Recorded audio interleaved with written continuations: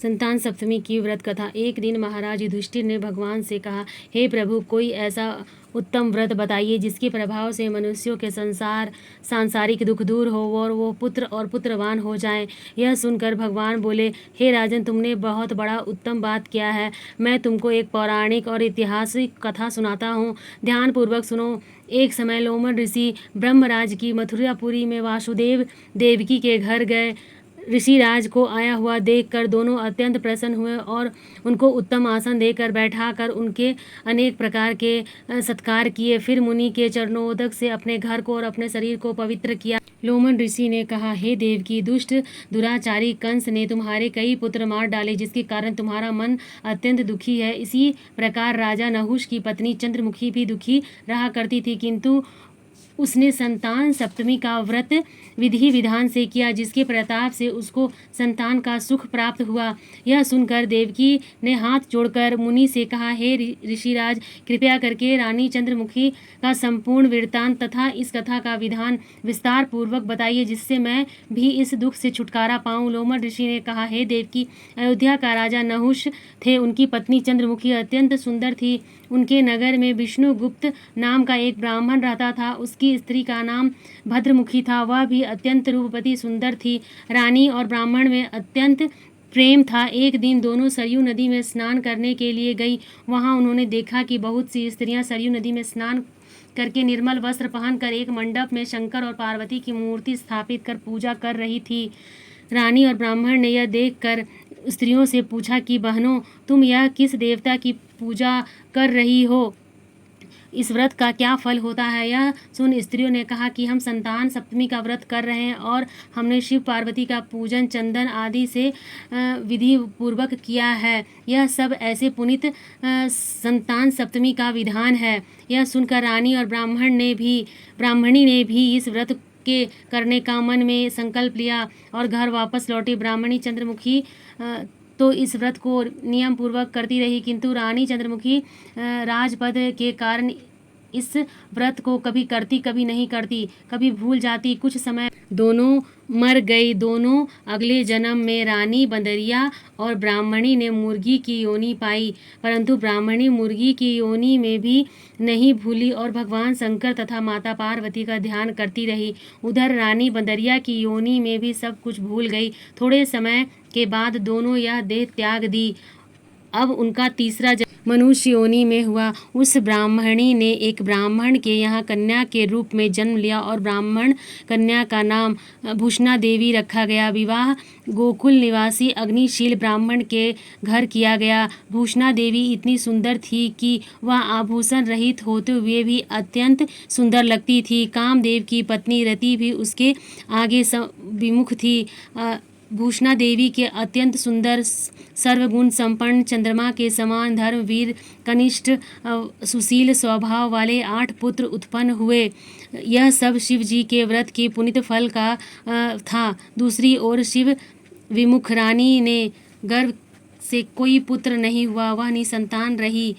रानी और ब्राह्मणी में जो प्रीति पहले जन्म में थी वह अब भी बनी रही। रानी जब वृद्धावस्था में हुई तो तब उसे गूंगा, बहरा तथा बुद्धिहीन अल्पायु का पुत्र प्राप्त हुआ। वह 9 वर्ष की आयु में ही इस संसार को छोड़कर चला गया।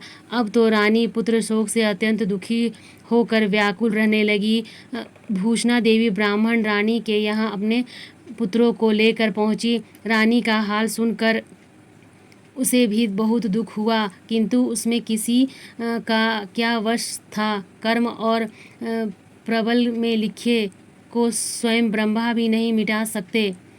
रानी कर्म उचित भी थी, ऐसे कारण उसे दुख भोगना पड़ा। इधर रानी ब्राह्मणी के इस वैभव और 8 पुत्रों को देखकर अपने मन में ईर्ष्या करने लगी तथा उसके मन में पाप उत्पन्न हुआ। वह ब्राह्मणी ने रानी का संताप दूर करने के निमित्त 8 पुत्रों को रानी के पास छोड़ दिया।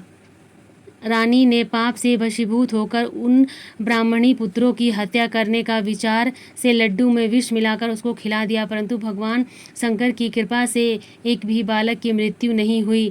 यह देखकर तो रानी अत्यंत ही आश्चर्यचकित रह गई और इस रहस्य का पता लगाने की मन में ठान ली। भगवान की पूजा से निवृत्त होकर जब भूषणा देवी आई तो रानी ने उससे कहा कि मैंने तेरे पुत्रों को मारने के लिए उसमें जहर मिलाकर लड्डू खिला दिया, किंतु इसमें से एक भी मरा नहीं। तूने कौन सा दान पूर्ण व्रत किया जिसके कारण तेरे यह पुत्र नहीं मरे और तू नित्य सुख भोग रही है? तेरा बड़ा सौभाग्य है। इसका वेद तू मुझसे निष्ठावान होकर समझा, मैं तेरी बड़ी ऋणी रहूँगी।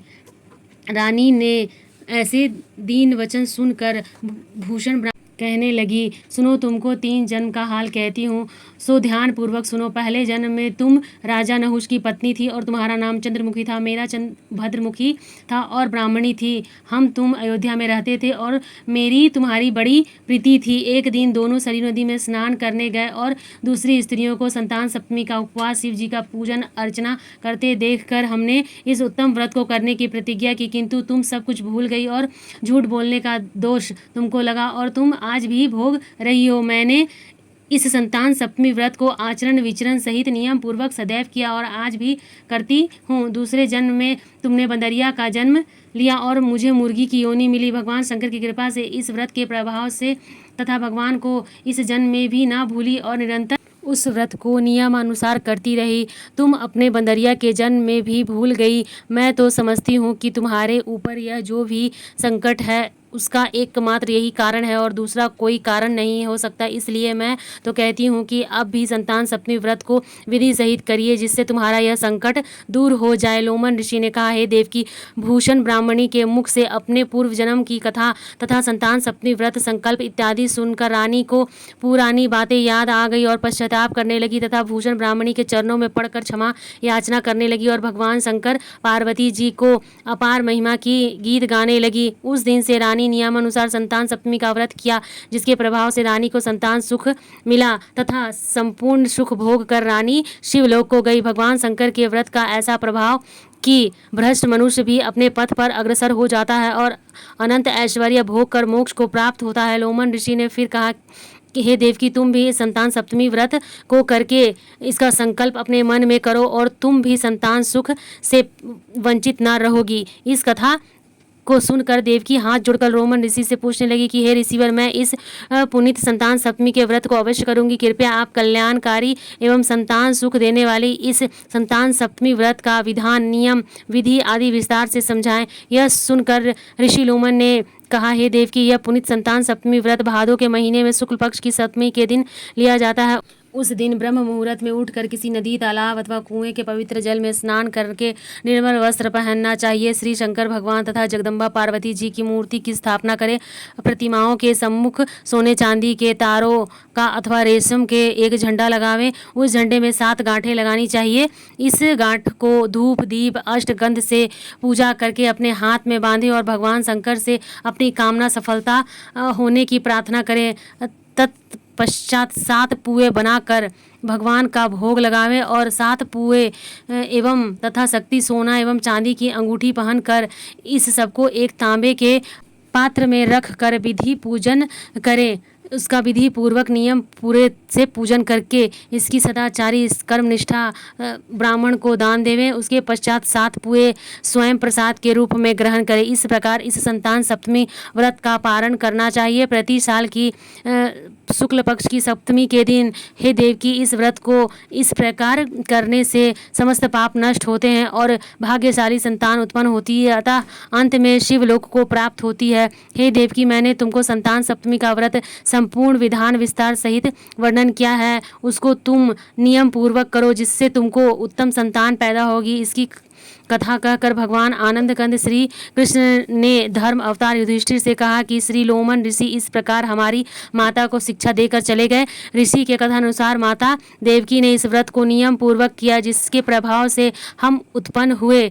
यह व्रत विशेष रूप से स्त्रियों के लिए कल्याणकारी है, परंतु पुरुषों को भी समान रूप से कल्याणकारी फलदायी प्राप्त करती है। संतान सुख देने वाली, पापों का नाश करने वाली यह उत्तम व्रत है। नियम पूर्वक जो कोई इस व्रत को करता है वह भगवान शंकर और माता पार्वती जी की सच्ची मन से आराधना करता है, निश्चय ही अमर पद प्राप्त कर अंत में शिवलोक को जाता है। बोलो शंकर भगवान की जय।